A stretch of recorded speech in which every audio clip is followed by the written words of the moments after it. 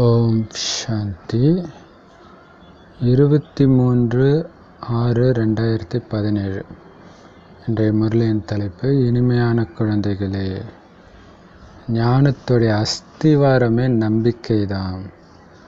அதனால் நிச்சய புத்தியோடு முயற்சி செஞ்சீங்கன்னா கண்டிப்பாக லட்சியத்தை அடைஞ்சிடுவீங்க. சூப்பரான பாயிண்ட்டு இல்லையா? நிச்சய புத்தி வைஜெயந்தி, சந்தேக புத்தி விநாசம் அடைவாங்க. ஸோ அதனால் இதோடைய அஸ்திவாரமே நம்பிக்கை தான். எந்த அளவுக்கு நீங்கள் நிச்சய புத்தி வைக்கிறீங்களோ, நான் தான் இந்த நாராயணன், அந்த பதவியை நான் அடைந்தே தீருவேன் அப்படின்னு முயற்சி, அடைந்தே தீருவேன்றதோட அடைஞ்சோம் ஒவ்வொரு கல்பத்தில் நான் தான் அப்படின்ற நிச்சய புத்தியோட நம்பிக்கையோடு முயற்சி செஞ்சிங்கன்னா லட்சியத்தை அடைஞ்சிடுங்க. நம்மளால் முடியுமா? மாயை இந்த அளவுக்கு பவர்ஃபுல்லாக இருக்கு, எல்லா மாயவே நான் வெட்டி வீழ்த்துவேன், அது மைண்டில் ஓடிக்கிட்டே இருக்கணும் இல்லையா? நான் மாயை வெல்லலைன்னா யார் வெல்லுவா? அந்த மாதிரி இருந்தால் கண்டிப்பாக நீங்கள் லட்சியத்தை அடைஞ்சிடுவீங்க. கேள்வி: எந்த ஒரு விஷயம் மிகவுமே புரிஞ்சிக்க வேண்டிய அதே நேரத்தில் நம்பிக்கை வைக்க வேண்டிய விஷயம்?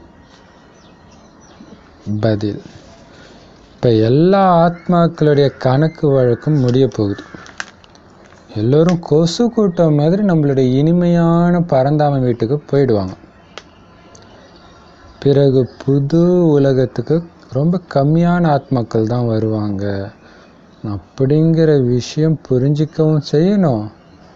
அந்த கம்மியான ஆத்மாக்களில் நானும் ஒருவன்னு அசைக்க முடியாத நம்பிக்கையும் வைக்கணும். எல்லாரும் கணக்கு வழக்கு முடிச்சு போக தான் போகிறாங்க இல்லையா? ஸோ இதில் எல்லாம் போக போகிறாங்க, கொசு கூட்டம் மாதிரி போக போகிறாங்க, இங்கே இருக்கிற எதையும் உடலை கூட எடுத்துகிட்டு போக முடியாது அப்படின்ற எண்ணம் இருக்கும்பொழுது என்ன ஆகும்னா வைராக்கியம் வரும். பழைய உலகத்தின் மீது பற்று இருக்காது. அதேமாரி குறைந்த ஆத்மாக்கள் தான் வருவாங்க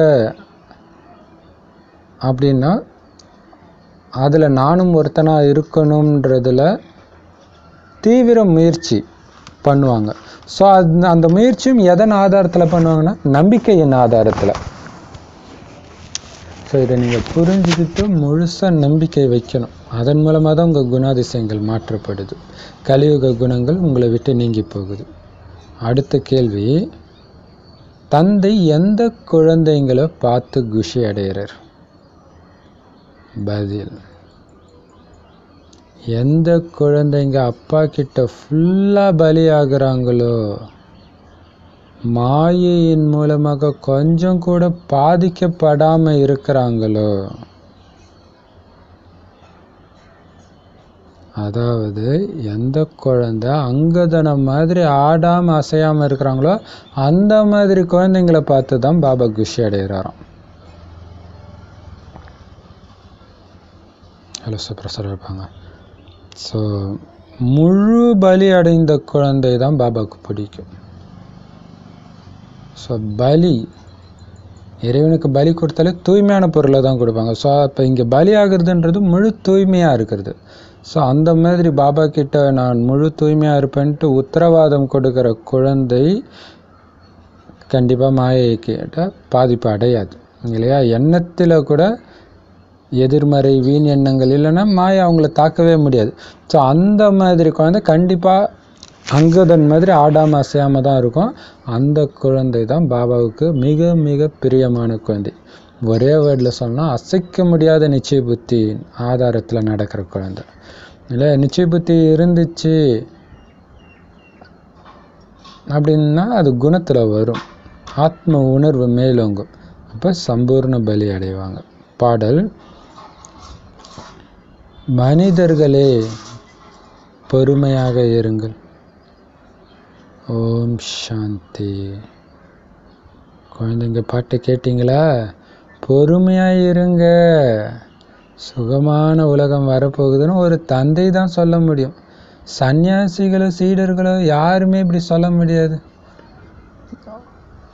வந்துடுச்சு சத்தியுகம், உலகழிவு வந்துடுச்சு, பொறுத்துக்கோங்கன்னு அவங்க சொல்ல முடியாது. ஏன்னா சன்னியாசிகளுக்கு சீடர்களுக்கெல்லாம் இந்த விஷயம் தெரியாது. எல்லையற்ற தந்தைக்கு மட்டுமே தெரிந்த இந்த ரகசியத்தை தன்னுடைய குழந்தைங்களுக்கு சொல்றார். ஏன்னா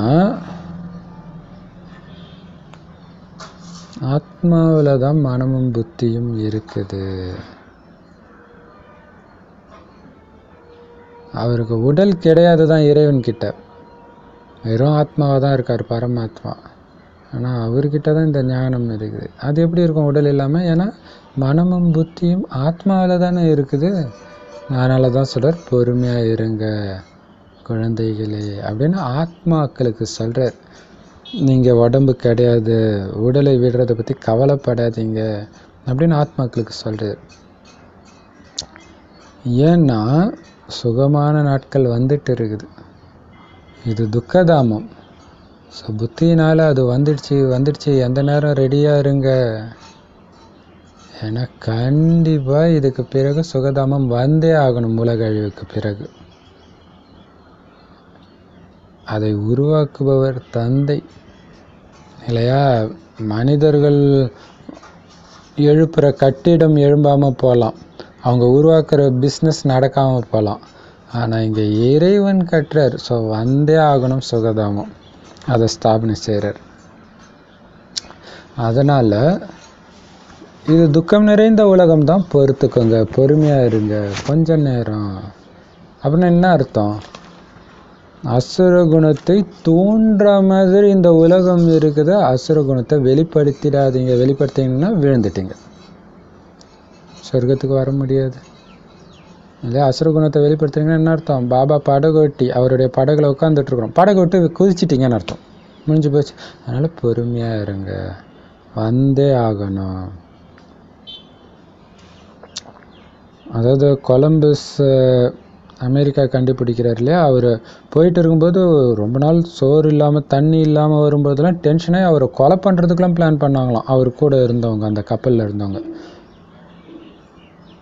அது மனிதன். ஸோ அவருடைய அதையும் மீறி அவர் நம்பிக்கை வைத்து போனார், கண்டுபிடிச்சிட்டார். பட் மனிதரை நம்பி போகும்போது ஏமாந்து கூட போகலாம். ஆனால் இங்கே இறைவனை நம்பி போகிறீங்க. அதனால் பாபா சார் பொறுமையாக இருக்கும், அந்த நம்பிக்கை இருக்கணும் முதல்ல. அதுதான் மெயின். பேசுறது கடவுள், சொல்கிறது சத்தியம், நடந்தே தீருன்ற நம்பிக்கை இருக்கணும். பிரம்மாவுடைய வாய் வழி வம்சத்தினர்களுக்குத்தான் இந்த நம்பிக்கை ஏற்படுது, மற்றவங்களுக்கு தெரியாது இது. ஏன்னா நம்பிக்கை இல்லாமல் இத்தனை பிராமணர்கள் எங்கேருந்து வந்தாங்க? அது மட்டும் இல்லை, பிரம்மா வாய் வழியாக பிறந்தவங்க தான் பிராமணர்கள். எப்படி வந்தாங்க? இத்தனை பேருக்கு நம்பிக்கையின் ஆதாரத்தில் தான் இவங்க ஆக்கியிருக்கிறாங்க. ஏன்னா இங்கே கொடுக்குற ஞானம் எந்த வேதத்துலேயும் கிடையாது இல்லையா? மற்றதுக்கு பைபிள் ஆதாரமாக காட்டலாம், குரான், கீதை, இதை எதுலேயுமே காட்ட முடியாது.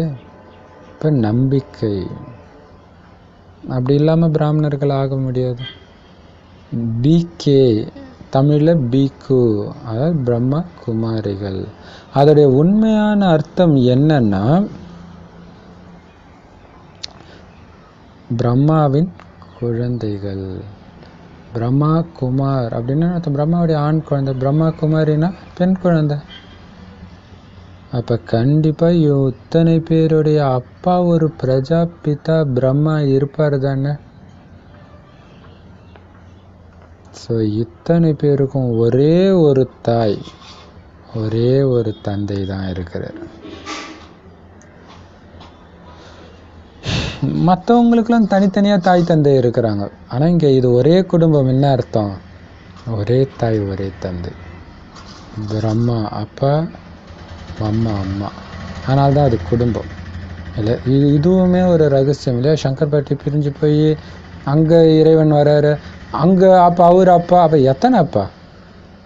ஒரு குடும்பத்துக்கு ஒரு அப்பா தான் இருப்பார். பிரம்மகுமாரிகள் ஒரு குடும்பம், ஒரு பிரம்மா, ஒரு அம்மா, ஒரு தாத்தா சிவபாபா. மற்றவங்களுக்கு தான் தனித்தனியாக அப்பா அம்மா இருப்பாங்க. இங்கே எல்லோருக்கும் ஒரே தாய். எவ்வளோ பெரிய புது விஷயம் இது. இதுக்கு முன்னாடி நீங்கள் பிராமணர்களா இல்லை, இப்போ தான் ஆகி இருக்கிறீங்க. உலகத்தில் இருக்கிற பிராமணர்கள் விகார வம்சத்தினர்கள், நீங்கள் வாய் வழி வம்சத்தினர்கள். நமக்கு புரிய வைக்கிறது யார்? பரவாயில்ல, ஜென்ரல் வீடியோவில் இப்போ தான் பிராமணர்களை பற்றி ஒரு வீடியோ போட்டிருக்கிறோம். அந்த நேரம் பார்த்து பாபா பிராமணர்கள் வித்தியாசப்படுத்துகிறார் சூப்பராக இல்லையா? சரி, அப்போ அந்த வீடியோலாம் பார்க்கும்போது தெரியும் இந்த ஞானத்துடைய ரகசியங்கள். ஸோ அது லிங்க் வந்து டிஸ்கிரிப்ஷனில் இருக்கும், அவசியம் பாருங்கள்.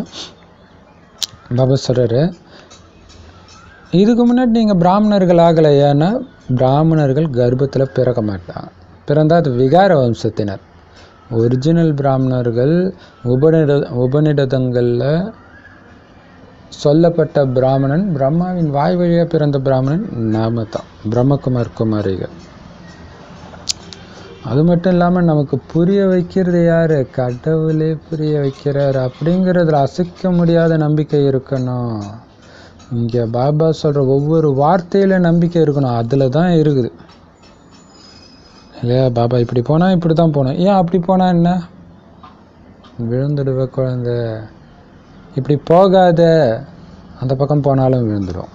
ஸோ ஒரு விஷயம் பாபா சொல்கிறது அப்படியே நம்பிக்கை இருக்கணும். கலியுகத்துடைய கடைசி நடந்துட்டு இருக்குதுன்றார், அதுலேயே நம்பிக்கை இருக்கணும். யுத்தம் எதிரிலே இருக்குது இல்லையா? எந்த நேரமும் சண்டை வெடிக்கும். யாதவர்களாகிய ஐரோப்பியர்களும் இருக்கிறாங்க, அவங்க தான் அணுகுண்டு தயாரிக்கிறாங்க. வயிற்றிலிருந்து உலக்கை வெளிப்பட்டதுன்னு பாடல் இருக்குது. அது எல்லாமே இப்போ ஏவுகணைகளை, இப்போ தயாரிக்கிற ஏவுகணைகளை குறிக்கிறது இல்லை? ஐரோப்பியர்களுடைய ஏவுகணைகளின் மூலமாக தான் உலகழிவு ஏற்படும் அப்படிங்கிறத குறிக்கிறது.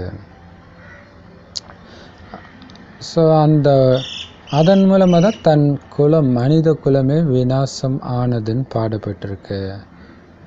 கண்டிப்பாக அவங்க குலத்தை விநாசம் செஞ்சே தீருவாங்க. இருக்கிறது ஒரே குலம் தானே. நாங்கள் விநாசம் செய்வோம் அப்படின்னு ஒவ்வொருத்தர்கிட்டையும் சொல்கிறாங்க. இப்படியும் எழுதவும் பட்டிருக்கு, வேதங்களும் இருக்கு, நாங்கள் உலகத்தை அழித்து விடுவோம் அப்படின்னு சொல்கிறாங்க. ஆனால் பாபா சொல்கிறார், குழந்தைங்களே நீங்கள் பயப்படாதீங்க, பொறுமையாக இருங்க. பழைய உலகம் அழியத்தான் செய்யணும் குழந்தை. கலியுகம் அழிஞ்சால் தானே சத்தியுகம் வரும். சத்தியுகத்துக்கு போகிறதுக்கு தானே முயற்சி பண்ணுற. அதனால் ஆனால் ஒன்று, உலக அழிவுக்கு முன்னாடி சத்தியுகத்துக்கு தேவையான ஆத்மாக்கள் எல்லாம் தயாராகி இருக்கணும். சத்தியுகம் ஸ்தாபனை ஆகி இருக்கணும். உலக அழிவு கிட்டே தெரியுதுன்னா அப்போ அதுக்குள்ளே உருவாக்கணுமே. உருவாக்குங்க, ஸ்பீடாக உருவாக்குங்க.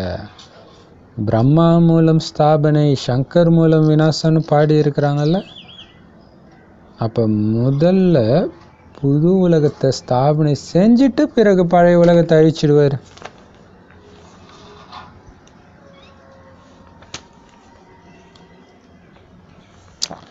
ஸோ புது உலக ஸ்தாபனை முடிவடையும் பொழுது பழைய உலகம் அழிஞ்சிடும். இப்போ ஸ்தாபனை ஆகிட்டே இருக்குது. இது தனிப்பட்ட பாதை, யாருக்குமே புரியாது. இங்கே இருக்கிற எல்லாமே வித்தியாசமானது இல்லையா? இந்த உலகத்தை சொர்க்கமாக்க போகிறாங்களா? இதெல்லாம் நடக்கிற காரியமா? நடக்கும், நடத்துறது இறைவன். அதனால் யாருக்கும் இது புரிய மாட்டேங்குது.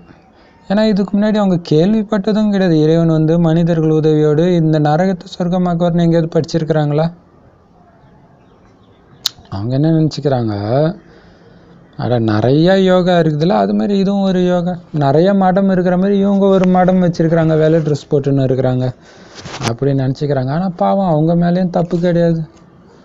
இதுக்கு முன்னாடியும் இதே மாதிரி தான் தடை போட்டாங்க, நமக்கு தடை ஏற்படுத்தினாங்க. ருத்ர ஞான யஜ்யம் இல்லையா, கண்டிப்பாக தடை ஏற்படும். இந்த ருத்ரன் அப்படிங்கிறது சிவனை குறிப்பிடுறது. அவரு தான் இங்கே ராஜ யோக ஞானத்தை கற்பிக்கிறார். இதுதான் இருக்கிறதுல மிக பழமையான, அதே நேரத்தில் மிக எளிமையான ராஜயோகம். பழமையானதுன்னா என்ன அர்த்தம்னு கூட யாரும் புரிஞ்சிக்க மாட்டுறாங்க. பழசுனா ஏதோ 50,000 60,000 வருஷம் இருந்தால் தான் பழசை நினச்சிக்கிறாங்க. அவ்வளோ வருஷத்துக்கு எந்த பொருளும் இருக்காதுன்றார். 5000 வருஷம் தான் அதிகபட்சமே இல்லையா? ஸோ 5000 வருஷத்துக்கு முந்தைய சங்கம யுகத்துடைய பொருள்னு அர்த்தம். தூய்மையின்மை தூய்மை ரெண்டும் சந்திக்கிற யுகம், அதுதான் சங்கம யுகம் இல்லையா? தூய்மை யுகம் சத்தியுகமும் தூய்மையற்ற கலியுகமும் சந்திக்கிற யுகம். சத்தியுக ஆரம்பத்தில் பார்த்தீங்கன்னா ஒரே தர்மம், அதனால் ஒரே வழி. அந்த தர்மத்தை சார்ந்தவங்க நீங்கள் இப்போ உருவாக்கிட்டு இருக்கிறீங்க. உங்களை சுற்றி யார் இருக்கிறா கலியுகத்தில்? அசுர குடும்பத்தினர். மற்றபடி நீங்கள் போய் அவங்க கூட சண்டை போடுற விஷயம்லாம் கிடையாது. அப்படி வேதங்களை எழுதுனது முதல்ல தப்பு. அசுரர்களும் மனிதர்களும் சண்டை போட்டுக்கல, அசுரர்களும் தேவதைகளும் சண்டை போடலை. ஏன்னா நீங்கள் 2 பேரும் சகோதரர்கள்ப்பா, நீங்கள் எப்படி சண்டை போட்டுக்க முடியும்? சூப்பர் பாயிண்ட் இது, செம பாயிண்ட் இது இல்லையா? நிறைய வேதங்களை பார்த்திங்கன்னா சகோதரர்களை அடிச்சுக்கிட்ட மாதிரியே காட்டுவாங்க. அதை எப்படி அடிச்சிக்க முடியும்? வாய்ப்பே கிடையாது அப்படின்னு சொல்கிறாரு. முருகன் பிள்ளையார் தானே, சிவபாபாவுடைய குழந்தைங்க 2 விதமான குழந்தைங்க தான் முருகன் பிள்ளையார் வச்சுருக்குறாங்க. ஞானத்தை அடையிறவங்க பிள்ளையார், ஞானத்தை அடையாமல் பக்தியில் சுற்றிக்கிட்டு இருக்கிறவங்க முருகன். அவங்க அடிச்சுக்கிட்ட மாதிரி கதை இல்லையே, அதனால் நீங்கள் எப்படி அடிச்சிக்க முடியும்? சகோதரர்கள். அவங்களுக்கு தெரியாட்டினாலும் உங்களுக்கு தெரியும் அவங்க சகோதரர்கள்ன்ட்டு இல்லையா? தந்தை அமர்ந்து பிரம்மா மூலமாக எல்லா வேத சாஸ்திரங்களின் சாரத்தை புரிய வைக்கிறார். என்ன அந்த சாரம்? உங்களை ஆத்மான்னு உணர்ந்து என்னை நினைவு செய்யுங்க. நேற்று கூட சொன்னார் இல்லையா, மனைவியை பணயம் வச்சது இப்படியெல்லாம் எழுதுனா சாரம் மறைஞ்சு போச்சு மனிதர்கள் உருவாக்குன வேதங்களில். இப்போ பாபா நமக்கு சாரத்தை புரிய வைக்கிறார்.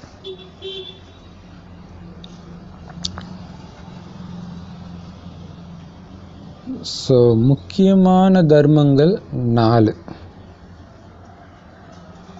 என்னென்ன தர்மம்? ஆதி சனாதன தேவதா தர்மம், இஸ்லாமிய தர்மம், புத்த தர்மம், கிறிஸ்தவ தர்மம். அவங்களுடைய தர்ம சாஸ்திரங்களும் 4 இருக்குது.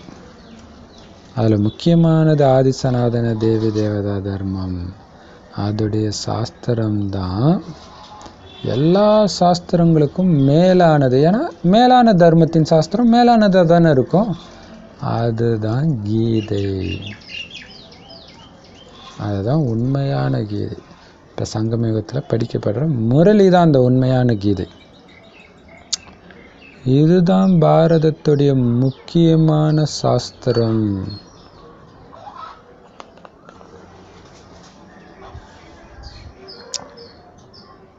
இதன் மூலமாகத்தான் தேவதா தர்மம் உருவாகுது. அதாவது சூரிய வம்ச சந்திர வம்ச தர்மம் ஸ்தாபனை ஆனது. கண்டிப்பாக அந்த ஸ்தாபனை காரியம் சங்கமயுகத்தில் தான் நடந்திருக்கும் இல்லையா? கிறிஸ்தவர்கள் முதலாக இந்த பூமியில் ராஜ்யம் பண்ணுறாங்கன்னா கிறிஸ்தவ தர்மம் ஸ்தாபனை ஆகி ஒரு 200 வருடம் 300 வருடம் கழித்து தான் அவங்களுடைய ராஜ்யம் ஸ்தாபனை ஆகும். ஏன்னா அதுக்குள்ளே மற்ற ஆத்மாக்கள்லாம் வந்துடுவாங்க. அப்போ நமக்கு சத்யுக ஆரம்பத்திலே ராஜ்யம் இருக்குதுன்னா அதுக்கு முன்னாடி தானே ஸ்தாபனை ஆகியிருக்கணும். அதனால் சங்கம யுகத்தில் தான் இந்த தர்மத்தின் ஸ்தாபனை நடந்திருக்கு. இது கும்பம் இல்லையா? 2 சந்திக்கிறது, கும்பமேளா அப்படின்னு சொல்லப்படுது. என்ன கும்பமேளா? ஒன்று தூய்மையற்றதும் தூய்மையாக சந்திக்கிறது, இன்னொன்று ஆத்மாவும் பரமாத்மாவும் சந்திக்கிறது. இதுதான் மங்களகரமான சந்திப்பு. ஆறு போய் கடலில் கலக்கிற அந்த கும்பமேளாவில் எந்த விதமான நன்மையும் கிடையாது. ஆத்மாவும் பரமாத்மாவும் சந்திக்கிறது தான் கல்யாணக்காரி மேளா, அதாவது நன்மை பயக்கும் சந்திப்பு. மற்றபடி கலியுகம் மாறித்தான் ஆகணும், சத்தியுகம் வந்து தான் ஆகணும். அதனால தான் இதை கல்யாணக்காரி யுகம்னு சொல்லப்படுது. சத்தியுகத்தில் இருந்து திரேத்தா யுகம் ஏற்படுது, திரேத்தாவிலிருந்து துவாபர யுகம் ஏற்படுது. ஆனால் ஒவ்வொரு யுகமும் உருவாக கலைகள் குறைஞ்சிக்கிட்டே இருக்குது, தீமை பெருகிக்கிட்டே போகுது. அப்போ இதை தடுத்து நிறுத்தி தீமையில் மாட்டிக்கிட்டு இருக்கிற ஆத்மாக்களை விடுவிக்கும் நன்மை செய்யக்கூடிய ஒருத்தர் கண்டிப்பாக தேவையாச்சு. அவர் எப்போ தெரியுமா வர்றாரு? எப்போ முழுமையாக தீமை ஏற்பட்டுருதோ, இந்த உலகத்தில் திரும்புகிற பக்கமெல்லாம் விகாரம் கோர தாண்டவம் ஆடுதோ, சுடுகாடு மாதிரி ஆயிடுச்சோ, சாரமற்ற உலகம் ஆயிடுச்சோ, அந்த டைம் எல்லோருக்கும் நன்மை செய்கிறதுக்காக பாபா வர்றார். சும்மா ஒருத்தரை மட்டும் காப்பாற்றுறது, 2 பேரை காப்பாற்றுறது, ஒரு மாதத்தை மட்டும் காப்பாற்றுறது அப்படிலாம் கிடையாது. எல்லோருக்கும் நன்மை செய்கிறதுக்கு வர்றார். எல்லோரும் மாட்டிக்கிட்டு இருக்கிற டைம். ஸோ ஒரு தடவை தான் வர்றார், நடுவில்லாம் வர்றது கிடையாது. அவர் வந்தார்னா சொர்க்கம் உருவாயிடும். ஸோ கலியுகம் முடியும் போது தான் வர்றார். புத்திக்கு வேலை கொடுக்கணும், இதை ஞான சிந்தனை பண்ணணும், நன்மை செய்யறதுக்காக கண்டிப்பாக அப்பா சிவபாபா சங்கமத்தில் வரார். இல்லையா? வந்து தானே ஆகணும். இந்த ஞானத்தை சொன்னாதான் அதை கேட்ட ஆத்மாக்கள் தூய்மையாகி தேவதை ஆகும்னா, இந்த ஞானம் இறைவன்கிட்ட மட்டும்தான் இருக்குதுன்னா அவர் வந்து தானே ஆகணும். அதனால் சங்கமத்தில். ஸோ இதனை நினைவாக தான் நரசிம்ம அவதாரத்துலேருந்து எல்லா கதையுமே பார்த்திங்கன்னா இரவுக்கும் பகலுக்கும் நடுவில் வராருன்னு சொல்கிறதோடைய ரகசியம் அதுதான். ஏன் வராரு? எல்லோருக்கும் சத்கதி கொடுக்க. துவாபரகத்தில் யாருக்கும் சத்கதி கிடையாது, அதே நேரத்தில் துவாபரகத்தில் எல்லாருமே கிடையாது. அதுதான் இறைவன் யுக யுகமாக வர்றது கிடையாது. இதில் பார்த்திங்கன்னா சத்தியுகத்துலேயும் எல்லாரும் கிடையாது. சூப்பரான பாயிண்ட் இல்லை? எல்லோரையும் விடுவிக்க வரேன்னா எல்லோரும் இந்த பூமியில் இருந்தால் தானே விடுவிக்க முடியும். சத்தியுகத்தில் கம்மி, திரேதாயுகத்தில் அதை விட கொஞ்சம் அதிகம், துவாபரகத்தில் அதை விட கொஞ்சம் அதிகம். இருந்தாலும் ஃபுல்லாக வரலையே. கலியுக இறுதியில் தான் எல்லாரும் வரான். ஸோ அவங்கள விடுவிக்கணும்னா இறைவனும் கலியுக இறுதியில் தான் வரணும்.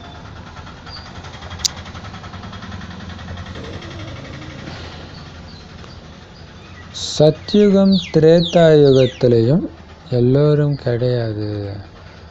ஸோ எல்லா ஆத்மாவும் இறுதியில் எப்போ வராங்களோ அப்போ தான் தந்தை வரார் அவங்கள விடுவிக்கிறதுக்கு. அப்போ பாபா சொல்கிறாரு, பொறுமையாக இருங்க குழந்தைங்களே. இந்த பழைய உலகத்தில் அதிக துக்கம் இருக்குது தான். ஏன்னா பேரே துக்கதாமம், அவங்க தம பிரதானமாக தான் இருக்கிறாங்க. குழந்தைங்கள்லாம் சொல்கிறாங்க, பாபா எங்களை சீக்கிரமாக அழைச்சிட்டு போங்க பாபா, இந்த உலகம் ஐயோ மோசமாக இருக்குது. பாபா சொல்கிறார், இல்லை குழந்தை, இது உருவாக்கப்பட்ட நாடகம். உடனே கீழான நிலையிலேருந்து உயர்ந்த நிலையை அடைஞ்சிட மாட்டீங்க. அடையணும்ல, சம்பாதிக்கணும்ல, சம்பாதிங்க. இது சம்பாதிக்கிற டைம், 5000 வருஷம் செலவு பண்ணுற டைம். இப்போ சம்பாதிங்க இல்லையா? ஆத்மாவுக்கு வருமானம் இறைவனை நினைச்சு சம்பாதிங்க. அப்போ தான் உயர்ந்த நிலையை அடைவீங்க. எடுத்த உடனே அடைய மாட்டீங்க. அதனால் உடனே அழைச்சிட்டு போயிடு பாபான்னு சொல்லாதீங்க. கண்டிப்பாக நான் நாராயணன் ஆகிறேன், சத்யுக ஆரம்பத்தில் வர முழு ஆஸ்தி அடையிறன்றதுல நிச்சய புத்தி இருக்கணும். நிச்சய புத்தி கூடவே முயற்சியும் செய்யணும், அதற்கான முயற்சி செய்யணும். ஸோ முயற்சி செய்கிறதுல தான் நிச்சய புத்தி இருக்குதுன்னு புரிஞ்சிக்க முடியும். ஒரு வினாடியில் ஜீவன் முக்தின்னு பாடப்பட்டு இருக்குது இல்லையா? அது சரிதான். குழந்தை ஆகிறதுன்னா ஆஸ்திக்கு உரிமையானவர் ஆகிறதுன்னு அர்த்தம் இல்லையா? நான் இறைவனுடைய குழந்தை, ஆனால் அவருடைய சொத்து எனக்கு கிடைக்கலன்னா அப்புறம் எப்படி குழந்தைன்னு சொல்ல முடியும்? ஆஸ்திக்கு உரிமை, கண்டிப்பாக அப்பாவுடைய சொத்துக்கு நமக்கு உரிமை இருக்குது. ஒரு வினாடியில் அது கிடைக்குதுன்னு சொன்னதும் கரெக்டு தான். நிச்சய புத்தி எப்போ ஏற்படுது? 100% நிச்சய புத்தி வரும்போது 100% சொத்துக்கு உரிமையாளர் ஆகிறோம். 100% நிச்சய புத்தி எப்போ?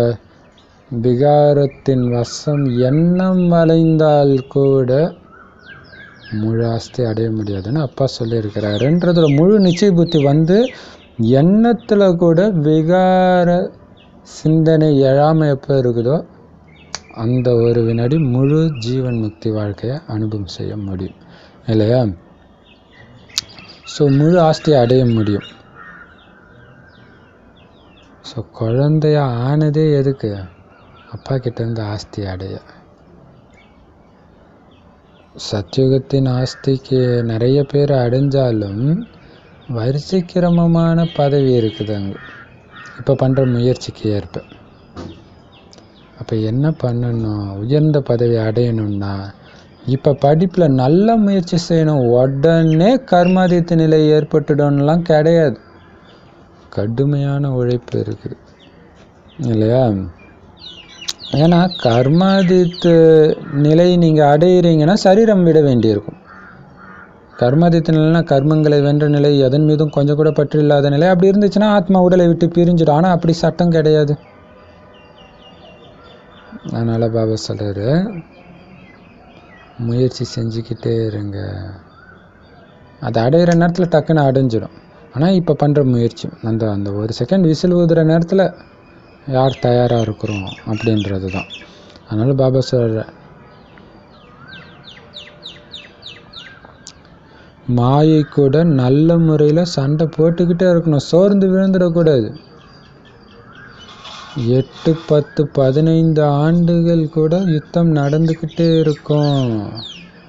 பாபா சொல்ற ஸ்தூல யுத்தத்தை சொல்கிறாரு. ஒன்ஸ் ஆரம்பிச்சிச்சுன்னா 8, 10, 15 வருஷம் கூட நடக்கும்ன்றார் இல்லையா? அப்போ 19 வருஷம்தான் இருக்குது இல்லையா? அப்போ பாபா சொல்கிற மாதிரி 15 வருஷம்னே வச்சுக்கிட்டா கூட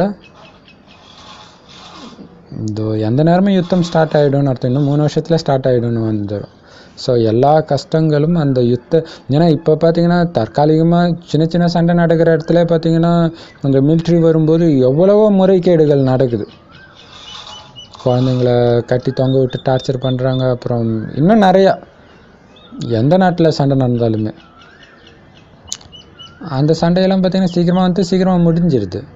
ஆனால் இது 10-15 வருஷம் நடந்தால் என்ன ஆகும்? உலகம் யுத்த பூமி ஆயிடுச்சுன்னா. ஆனால் இப்போ உங்களுடைய யுத்தம் மாயைக்கிட்ட இருக்குது. அந்த சண்டை ஆரம்பிக்கிறதுக்குள்ளே நாம் பரிபக்குவ நிலையை அடையணும். நாம் தான் எல்லோருக்கும் ஆதரவாகவே இருப்போம். அதனால் உங்களுடைய யுத்தம் இப்போ மாயைக்கிட்ட இருக்குது. பாபா உங்கள் கூட இருக்கிற வரைக்கும் சண்டை நடந்துக்கிட்டே இருக்குன்றார். சூப்பராக சொல்கிறார் பார்த்தீங்களா?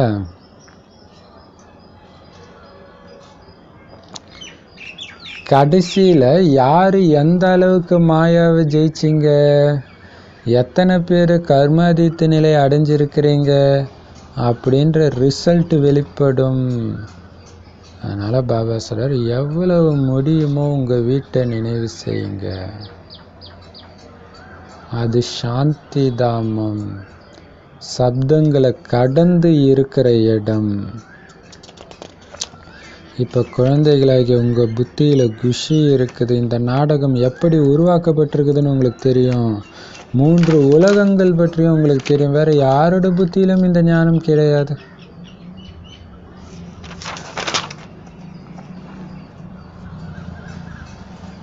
பாருங்க, பாபா இருக்கிற வரைக்கும் சண்டை நடக்குன்றார். ஏன்னா பாபா கூடவே அழிச்சிட்டு போகிறாருன்னா என்ன அர்த்தம்? கடைசி வரைக்கும் சண்டை நடந்துன்னு தான் இருக்கும்.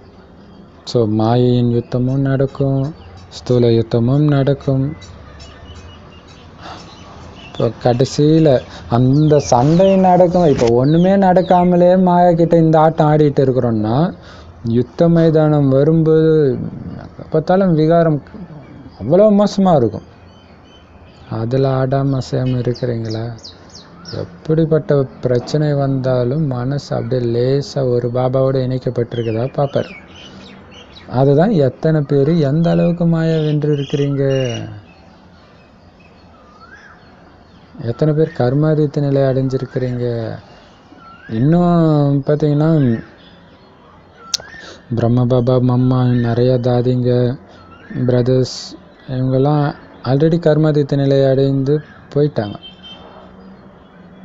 ஸோ நம்ம எந்த அளவுக்கு நேரத்தை வீணடித்து கர்மாதித்த நிலை அடையாமல் இருக்கிறோமோ அதுவே நமக்கு ஒரு தண்டனை தான். ஏன்னா கடைசியில் என்னென்ன நடக்கும் இல்லையா? ஸோ எதுவும் நடக்கிறதுக்கு முன்னாடியே புத்தி இதுலேருந்து ஃபுல்லாக விலக்கிட்டோன்னா தப்பிச்சோம்.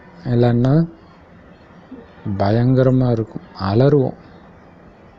ஸோ கடைசியில் தெரியுமா எத்தனை பேர் கர்மாதித்த நிலை அடைஞ்சிருக்கிறீங்கன்னு ரிசல்ட் வெளிப்படும், காட்சி கிடைக்கும். இல்லை அவங்கவுங்களுடைய நிலைக்கு ஏற்ற மாதிரி காட்சி கிடைக்க ஆரம்பிக்கும், என்னென்ன பதவி கிடைக்கும் எல்லாமே தெரிஞ்சிடும்.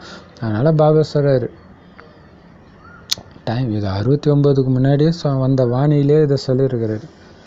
ஸோ அப்போ இப்போ எவ்வளோ எச்சரிக்கையாக இருக்கணும் இல்லையா? அதனால் பாபா சொல்கிறார், எவ்வளோ முடியுமோ அந்த அளவுக்கு வீட்டை நினைவு செஞ்சுட்டே இருங்க. அதுதான் சாந்தி தாமம், சத்தங்களை கடந்து இருக்கிற இடம்.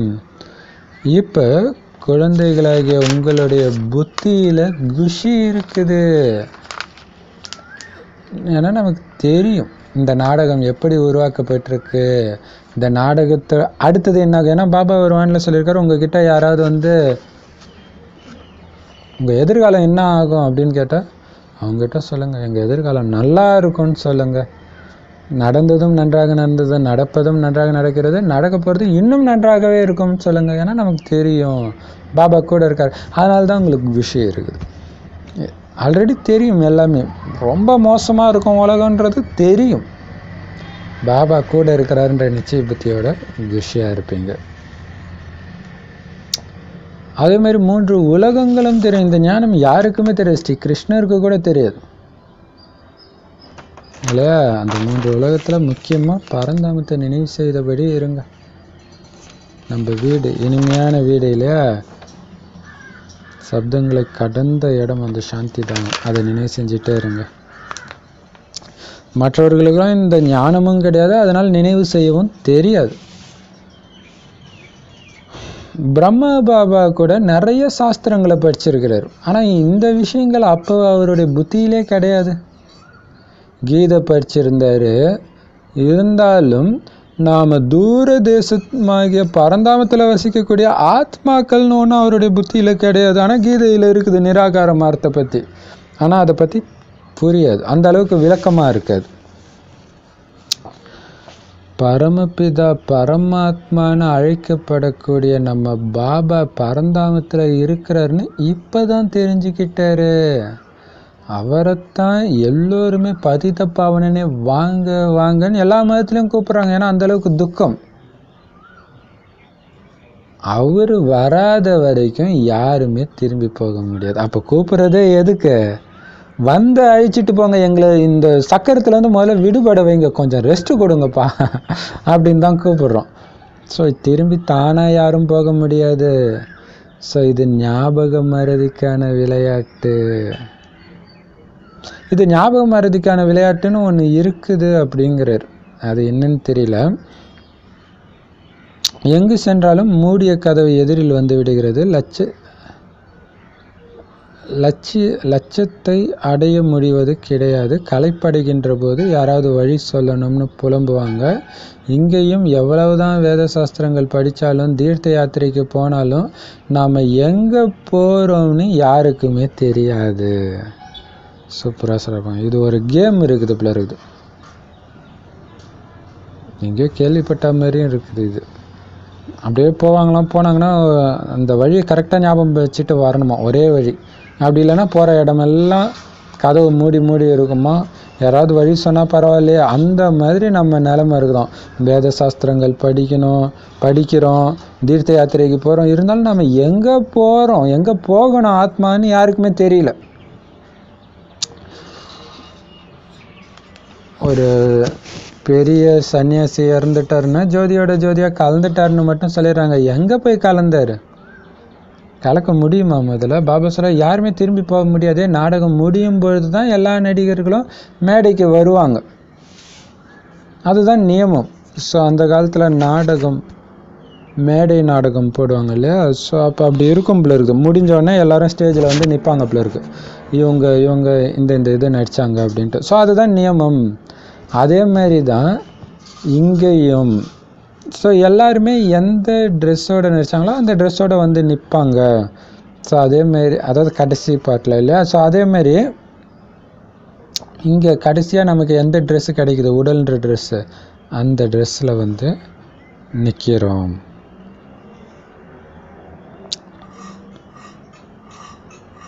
எல்லாருக்கும் முகத்தை காட்டின பிறகு தான் ட்ரெஸ்ஸை மாற்றிட்டு வீட்டுக்கு போவாங்களாம் அந்த நாடக நடிகர்கள். மறுபடியும் அடுத்த நாள் வந்து அதே பாகத்தை திரும்பி நடிப்பாங்க. அது எல்லைக்கு உட்பட்ட நாடகம், இது எல்லைக்கு அப்பாற்பட்ட நாடகம்.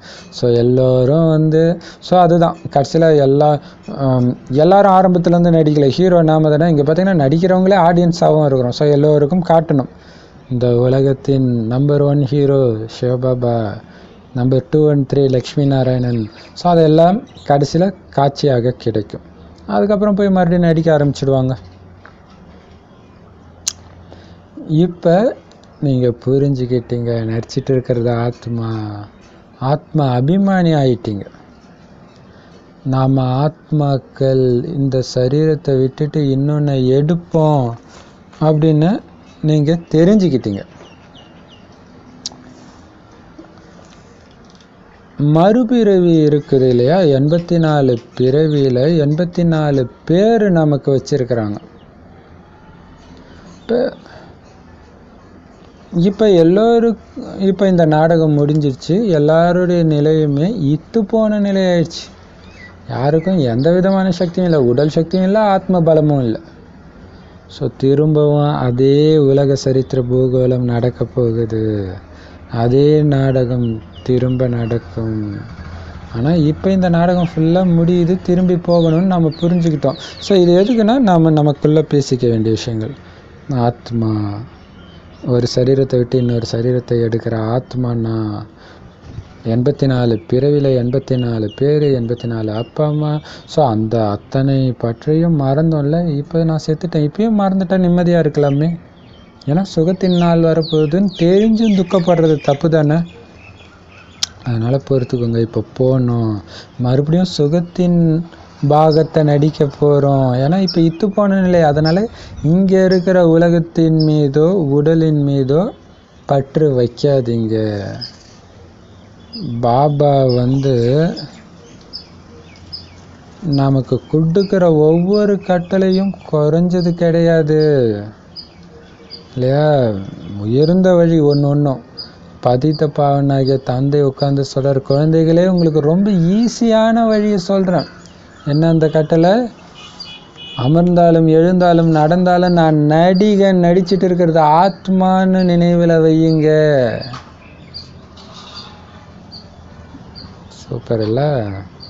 84 பிறவி இப்போ முடிச்சிட்டேன். இப்போ தந்தை மலர்களை ஆக்கிறதுக்காகவும் மனுஷன் தேவதை ஆக்கிறதுக்காகவும் வந்திருக்கிறார்.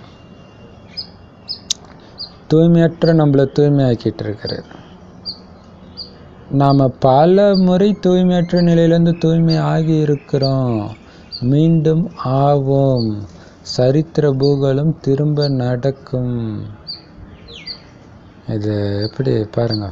ஸோ எழுந்தாலும் உட்காந்தாலும் நடந்தாலும் நான் நடிகன்றது ஞாபகத்தில் இருக்கட்டும் அப்படிங்கிறாரு. பார்த்தீங்கன்னா இது ஒரு நல்ல நர்ஸு மாதிரி இல்லையா. ஹாஸ்பிட்டலில் ஒரு நல்ல நர்ஸ் பேஷண்ட் கிட்ட நல்லா அன்பாக பேசுவாங்க. அதுக்காக அந்த அன்பில் மயங்கி எல்லாம், ஐயோ நீ என் பொண்ணு மாதிரி இருக்கிறம்மா, என் அம்மா மாதிரி இருக்கிற, சகோதரி மாதிரி இருக்கிற, அப்படி இப்படின்னு சொல்லுவாங்க. அன்பு மழை பொழிவாங்க. அதுக்காக அவங்க புத்தி வீட்டுக்கு போகாமல் இங்கே இருக்க மாட்டாங்க. ஷிஃப்ட்டு முடிஞ்சிச்சு வீட்டுக்கு போகணுன்றதுல தான் இருக்கும். ஸோ அங்கே நான் நடிகன். இப்போ என்னுடைய நடிப்பு இவங்களுக்கு அற்பகால அமைதி சுகத்தை கொடுக்கணும், நடிச்சிட்டு போயிடுவாங்க. ஸோ அதே மாதிரி தான் உங்கள் புத்தி இருக்கணும். என்ன பண்ணாலும் நான் நடிச்சிட்டு இருக்கிறேன், பாபா கூட்டா போயிடுவேன். ஸோ சுகத்தின் பாகம் வரப்போகுது. இது துக்கம் நிறைஞ்ச உலகம் இல்லையா. ஆஸ்பத்திரியில் அந்த பினாயில் வாடையிலையும் எல்லாத்துலேயும் அந்த மருந்து வாடையில் இருக்கிறதா பிடிக்கும் யாருக்குமே, எல்லாருக்கும் போகணுன்னு தான் தெரியும். அந்த மாதிரி துர்நாற்றம் வீசக்கூடிய உலகம் தான் இது அப்படின்றது சதா மைண்டில் இருக்கட்டும்.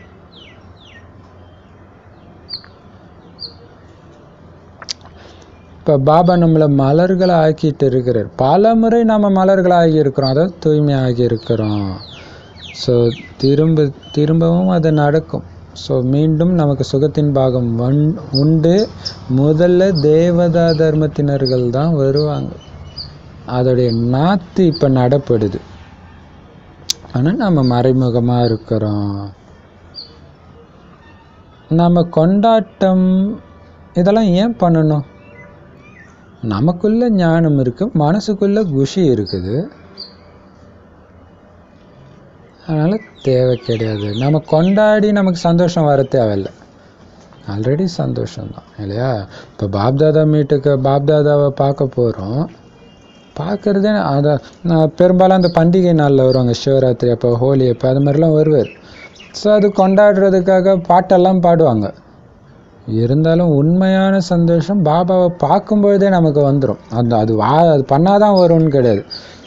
ஸோ அதனால் நமக்கு ஞானம் இருக்குது, மனசுக்குள்ளே குஷி இருக்கு. ஒரு வினாடி விடாமல் நம்ம மனசு துள்ளி குதிக்குது.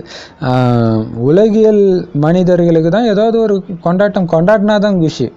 நமக்கு சும்மாவே குஷியாக தான் இருக்கும். அதனால் நமக்கு கொண்டாட்டம்லாம் தேவையில்லை. நான் தான் தேவதை அப்படின்லாம் நீங்கள் ஒன்றும் கொண்டாட தேவையில்லை. குத்தமாக இருக்கிறோம். மனசில் குஷி இருக்கணும், அவ்வளோதான். நம்மளுடைய தேவதா தர்மத்தின் மரத்தின் கிளைகள் இப்போ கீழானதாக ஆயிடுச்சு இல்லையா? அந்த தர்மம் மறைஞ்சு அந்த மரத்துடைய கிளையும் கீழானதாகிடுச்சு, தர்மமும் கீழானதாகிடுச்சு. அதான் மற்ற தர்மங்கள். அதனால் அவங்க செய்கிற காரியம் கர்மமும் கீழானதாகிடுச்சு. ஆனால் இதே பாரதவாசிகளுடைய தர்மமும் கர்மமும் 5000 வருடம் முன்னாடி மிக உயர்ந்ததாக சிரேஷ்டமானதாக இருந்துச்சு.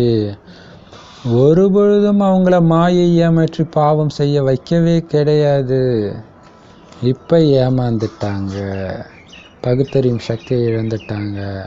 ஸோ அப்போ புண்ணிய ஆத்மாக்கள் நிறைந்த உலகமாக இருந்தது, அவங்களுடைய உலகமாக இருந்துச்சு. அங்கே ராவணன் கிடையவே கிடையாது. அங்கே நடக்கிற காரியங்களுக்கு எதிர் விளைவுகளே இருக்காது. ராவண ராஜ்யத்தில் தான் ஒவ்வொரு காரியத்துக்கும் எதிர் விளைவு ஏற்பட ஆரம்பிச்சிடுது. தீய கர்மங்கள் ஏற்படவே செய்யாது. அங்கே சத்தியுகத்தில் கீழானவர்கள் யாரும் இருக்கவே முடியாது. இப்போ நீங்கள் பாபா கொடுக்குற உயர்ந்த வழி ஸ்ரீமத் மூலம் அந்த உலகத்துக்கு எஜமானராகிறீங்க. புஜபலத்தின் மூலமாக யாரும் உலகத்துக்கு எஜமானராக ஆகவே முடியாது.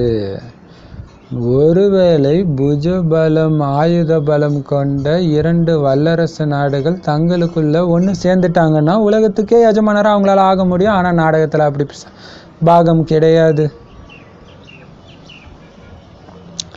2 பூனை வெண்ணெய்க்காக அடிச்சிட்டு இருக்கும்போது நோகாமல் நடுவில் வந்த ஒரு குரங்கு சாப்பிட்டுட்டு போயிடுச்சான். அப்படி கதை காமிக்கிறாங்களாம். அந்த மாதிரி தான் நாம் கிருஷ்ணருடைய வாயில் வெண்ணெய் இருக்கிறதாக சாட்சாத்காரமும் செய்கிறாங்க. இந்த சிருஷ்டிக்கான ராஜ்யம்ங்கிற வெண்ணெய், சிருஷ்டிக்கான ராஜ்யம்ங்கிற வெண்ணெய் நமக்கு கிடைக்குது. மற்றபடி யுத்தம் நடக்கிறது யாதவர்களுக்கும் கௌரவர்களுக்குமே தவிர பாண்டவர்களுக்கு கிடையாது. பாண்டவர்கள் யுத்தம் செய்கிறது கிடையாது. எவ்வளோ சூப்பரான விஷயம் இல்லையா? குறிப்பிட்ட இடத்துல மிகப்பெரிய சண்டை ஏற்பட்டதுன்னு நியூஸில் படிக்கிறீங்க, நியூஸ் பேப்பரில். அதனால் பாருங்கள், திடீர்னு யாரையாவது கொலை பண்ணிடுறாங்க. பாரதத்தில்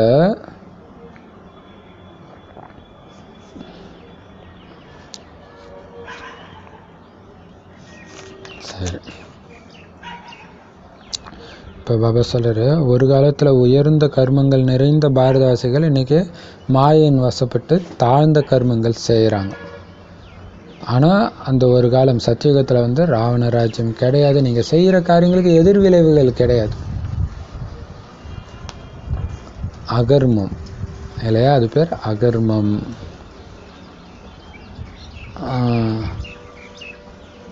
கர்மம்னாலே விளைவுகள் உண்டு.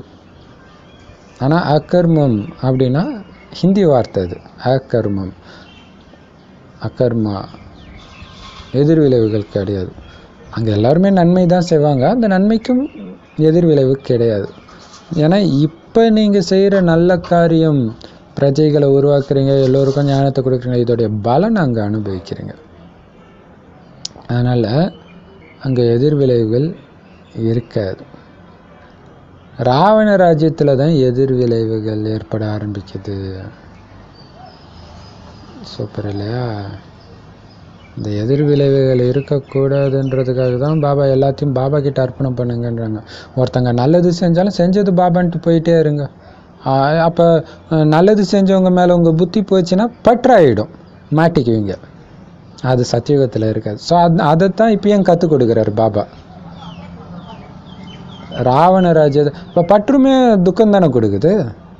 அதனால தான் விவசாயம் எதிர் விளைவுகள் ராவண ராஜ்யத்தில் தான் ஆரம்பிச்சிடுது. தீய கர்மங்கள் நிறைய பெருகிடுச்சு. ஆனால் அங்கே தீய கர்மங்கள் இருக்காது, கீழானவர்கள் இருக்க மாட்டாங்க. அந்த மாதிரி உலகத்துக்கு பாபா வழிபடி நீங்கள் யோக பலத்தின் மூலமாக எஜமானராகிறீங்க. மற்றபடி உடல் பலம் ஆயுத பலத்தின் மூலமாக யாருமே ஒட்டுமொத்த உலகத்துக்கு அதிபதியாக ஆக முடியாது. ஆனால் பாபா சொல்கிறாரு, உலகத்தை அழிக்கிறதுக்கு ஆதாரமாக இருக்கிற 2 வல்லரசு நாடுகளும் ஒன்றா சேர்ந்துட்டா உலகத்தையே அவங்க கட்டுப்பாட்டில் வச்சுக்க முடியும். ஆனால் நாடகத்தில் அப்படி பாகம் கிடையாதுன்றார். அது பார்த்தீங்கன்னா நமக்கு முதல் உலக போரில் இருந்தே தெரியும். ஒரு 2 குரூப்பாக பிரியுது. அப்படியே கடற்கடன்னு அந்த உலக போர்னு வந்துச்சுன்னா 2 குரூப்பாக பிரிஞ்சுது. அப்படியே 2 குரூப்பாக ஒவ்வொரு நாடும் ஏதோ இந்த 2 நாட்டுக்கு பின்னாடி அணிவகுக்க ஆரம்பிச்சிடுது. ஒன்று சேர்ந்துட்டா உலகத்தின் எஜமானர் தான். ஆனால் நாடகத்தில் அப்படி பாகம் கிடையாது. என்ன பண்ணுறது?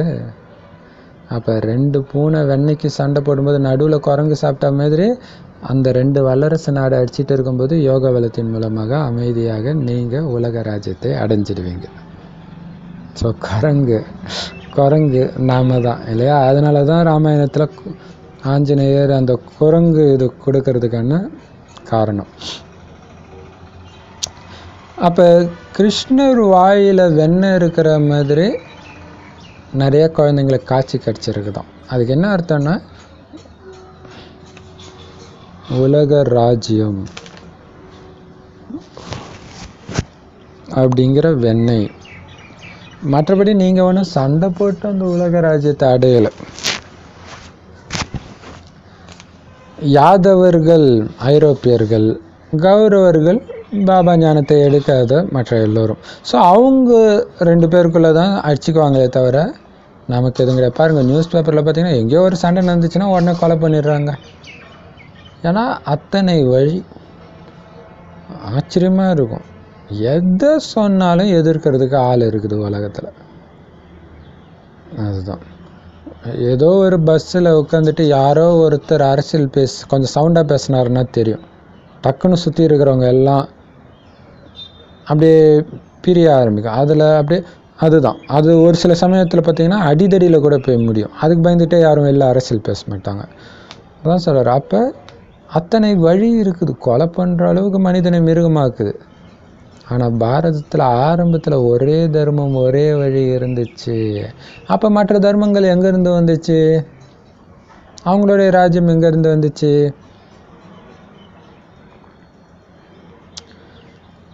இதுக்கு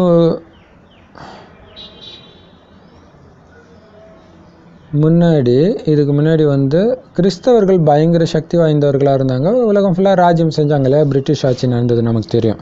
உலகம் ஃபுல்லாக செஞ்சாங்க. ஆனால் உண்மையிலே முழு உலகத்தின் மீதும் ராவணனுடைய அதிகாரம் தான் நடந்துட்டு இருக்குது. எப்போ தேவதை தர்மம் வீழ்ச்சி அடைஞ்சதோ அப்போத்துலேருந்தே வந்தது உண்மையிலே ஆண்டது யார்? ராவணனுடைய அதிகாரம், ராவணனுடைய ராஜ்யம். ஆனால் இது யாருக்கும் தெரியல. குப்தமான விஷயமா இருக்குது. ஏன்னா சாஸ்திரங்களில் இந்த விஷயம் இல்லை, இந்த மாதிரி டைரெக்டாக இல்லை. அங்கே அம்பு எடுத்து சண்டை போடுறது இதுதான் இருக்குது. என்னன்னு தெரியல. இல்லை, ஒரு ராஜாவும் இன்னொரு ராஜாவும் சண்டை போடுற மாதிரி தான் இருக்கும் ராமாயணம். நீங்கள் ஃபுல்லாக பார்த்தீங்கன்னா ஒன்றுமே புரியாது. இப்போ இது மறைமுகமான விஷயம். சாஸ்திரங்களில் இந்த விஷயம் தெளிவாக எழுதப்படலை. இந்த விகாரங்கள் அரை கல்பத்துக்கான உங்களுடைய எதிரி. அரை கல்பம் உங்களை பாடாப்படுத்தி எடுத்துச்சு இல்லையா? ஒருத்தருக்குள்ள பேய் பிரவேசம் ஆயிடுச்சுன்னா அதை விட்டு வெளியேற வரைக்கும் அவங்கள பாடாப்படுத்திச்சுன்னு அவங்கள அந்த மாதிரி அரை கல்பம் உங்களை பாடாப்படுத்தின எதிரி இந்த விகாரங்கள். அதன் மூலமாக தான் அது எப்போ உங்களுக்குள்ளே பிரவேசம் ஆயிடுச்சோ அதுலேருந்து கடைசி வரைக்கும் துக்கத்தை தான் அடைஞ்சிருக்கிறீங்க. கலியுக கடைசி வரைக்கும், துவாபரக ஆரம்பத்திலேருந்து. அதனால்தான் சன்னியாசிகள் கூட காக்கை எச்சிலுக்கு சமமான சுகம்தான் இங்கே இருக்கிறது அப்படின்னு சொல்கிறாங்க இல்லையா? ஏன்னா அவங்க ருசி பார்த்தது மாயின் சுகத்தை தான். அதனால் அது காக்கை எச்சிலுக்கு சமம் அப்படின்னு என்ன அர்த்தம்? காக்கை எச்சம் போட்டுச்சுன்னா உடனடியாக காஞ்சிடும். எப்பயாவது ட்ரெஸ்ஸில் உடம்புலாம் பார்த்தீங்கன்னா ஆச்சரியமாக இருக்கும், அப்படியே சூடாக இருக்கும், டக்குன்னு தொட்டு பார்த்தீங்கன்னா காஞ்சிடும். ஸோ அந்த மாதிரி சுகம், அதான் ஒரு வினாடி சுகம் தான் இங்கே இருக்கிறது எல்லாம் அப்படின்ட்டு சன்னியாசிகள் சொல்கிறாங்க.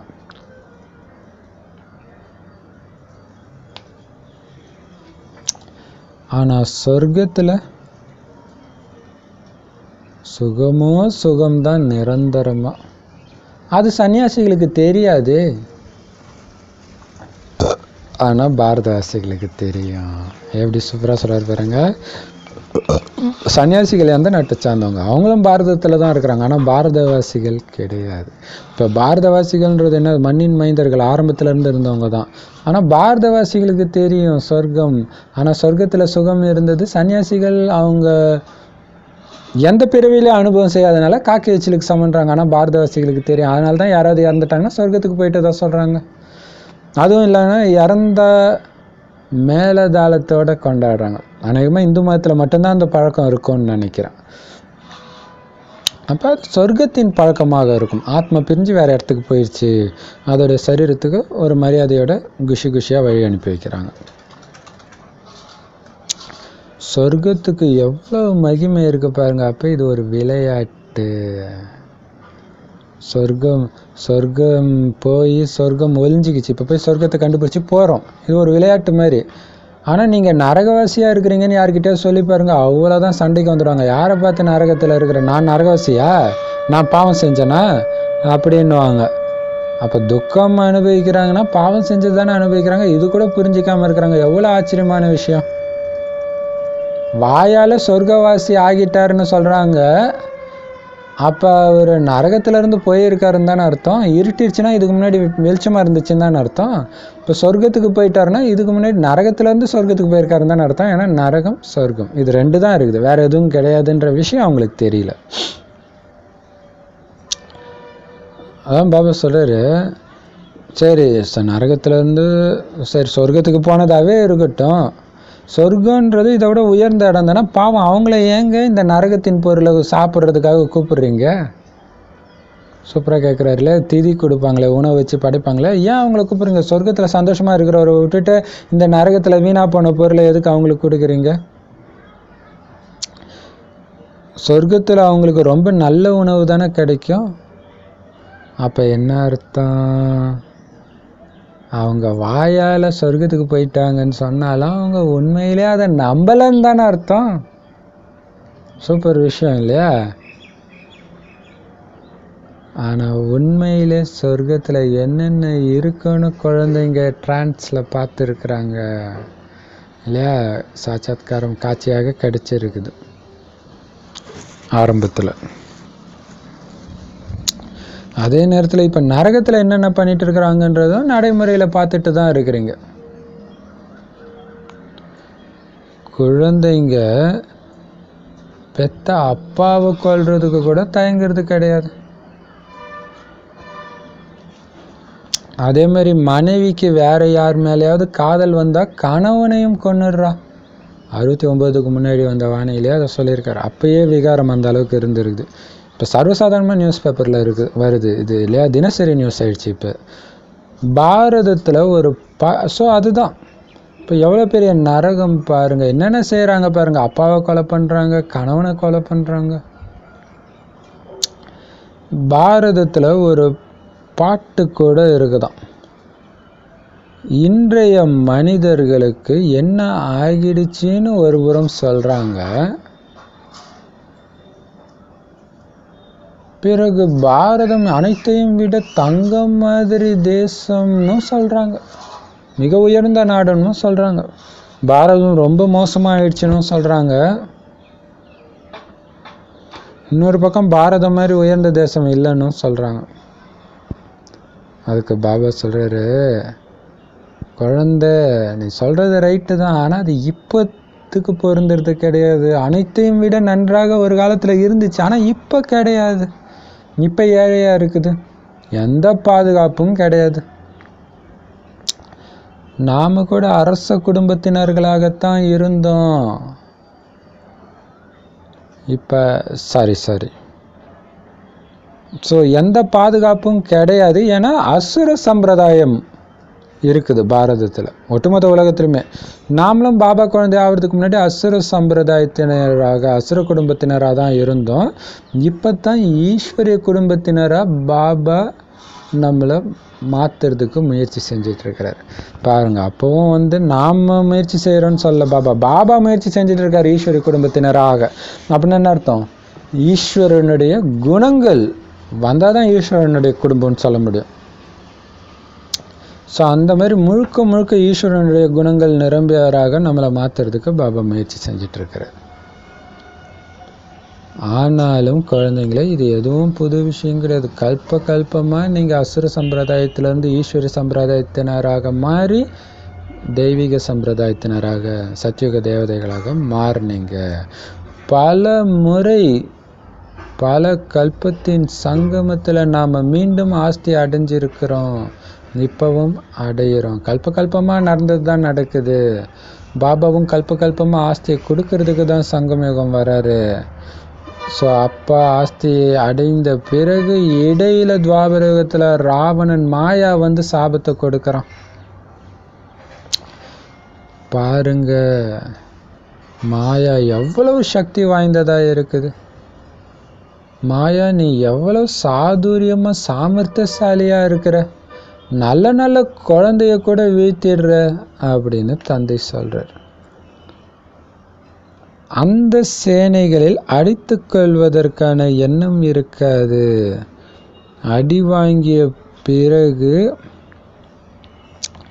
மைதானத்துக்கு மீண்டும் வந்துடுவாங்க. ஏன்னா அவங்களுடைய தொழிலே இதுதான்.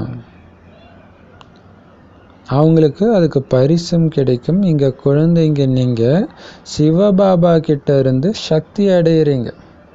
அதன் மூலமாக மாயையை வெல்றீங்க. தந்தை வழக்கறிஞராக இருக்கிறாரு. உங்களை மாயா கிட்ட இருந்து விடுவித்து விடுகின்றார். நீங்கள் சிவசக்தி சேனைகளாக இருக்கிறீங்க. தாய்மார்களை உயர்வாக வைக்கிறாங்க. வந்தே மாதரம்னு சொன்னது யார்?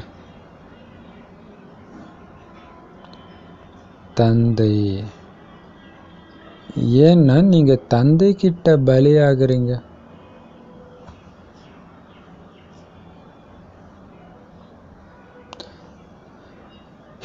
சரி, பாபா சொல்றாரு,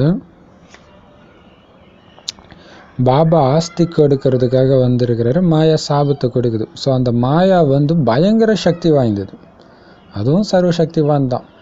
நல்ல குழந்தையெல்லாம் சாமர்த்தியமாக வீழ்த்திருதான். அந்த குழந்தையெல்லாம் பாபா விட்டு போக வாய்ப்பே கிடையாதுன்னு எல்லாரும் நம்புகிற குழந்தையெல்லாம் கூட வீழ்த்திருதான். இதெல்லாம் ஏன் வருதுன்னு தெரியல. அந்த சேனைகளில் அடித்து கொள்வதற்கான எண்ணம் இருக்காதுன்னு சொல்கிறாங்க. இதில் இது ஏதோ கட்டாயம் இருக்குன்னு நினைக்கிறேன். என்ன அப்படின்னா, அந்த சேனையில் வந்து சண்டை போடுறாங்க, அடி வாங்கினாலும் மீண்டும் யுத்த மைதானத்துக்கு வருவாங்க. விட்டுட்டு போகணுன்ற எண்ணம் வராது. ஏன்னா அவங்க தொழிலே சண்டை போடுறது தான்.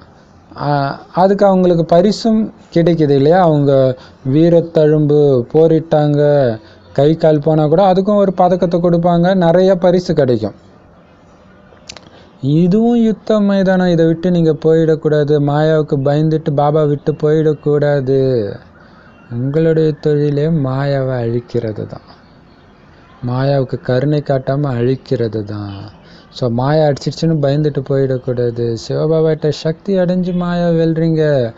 எப்படி ஒரு பிரச்சனையில் மாட்டினா வக்கீல் நமக்காக வாதாடி விடுவிக்கிறாரோ, அந்த மாதிரி பாபாவும் ஒரு வக்கீல், வழக்கறிஞர். மாயக்கிட்டேருந்து விடுவிக்கிறார் இல்லை, விடுவிக்கிறதுக்கான வழியை சொல்கிறார் இல்லையா. ஸோ நீங்கள் சக்தி சேனையாக இருக்கிறீங்க. சிவசக்தி சேனைகள், பாபாவுடைய ஆர்மி, சிவசக்தி சேனை. அதிலும் குறிப்பாக தாய்மார்களைத்தான் பாபா உயர்வாக வைக்கிறார். வந்தே மாதரம்னு யார் சொன்னா? அப்பா தான் முதலாக தாய்மார்களுக்கு வந்தனம் சொல்கிறது கடவுள் தான். அதனால தான் இன்னைய வரைக்கும் வந்தே மாதரம் ஃபேமஸாக இருக்குது இல்லையா.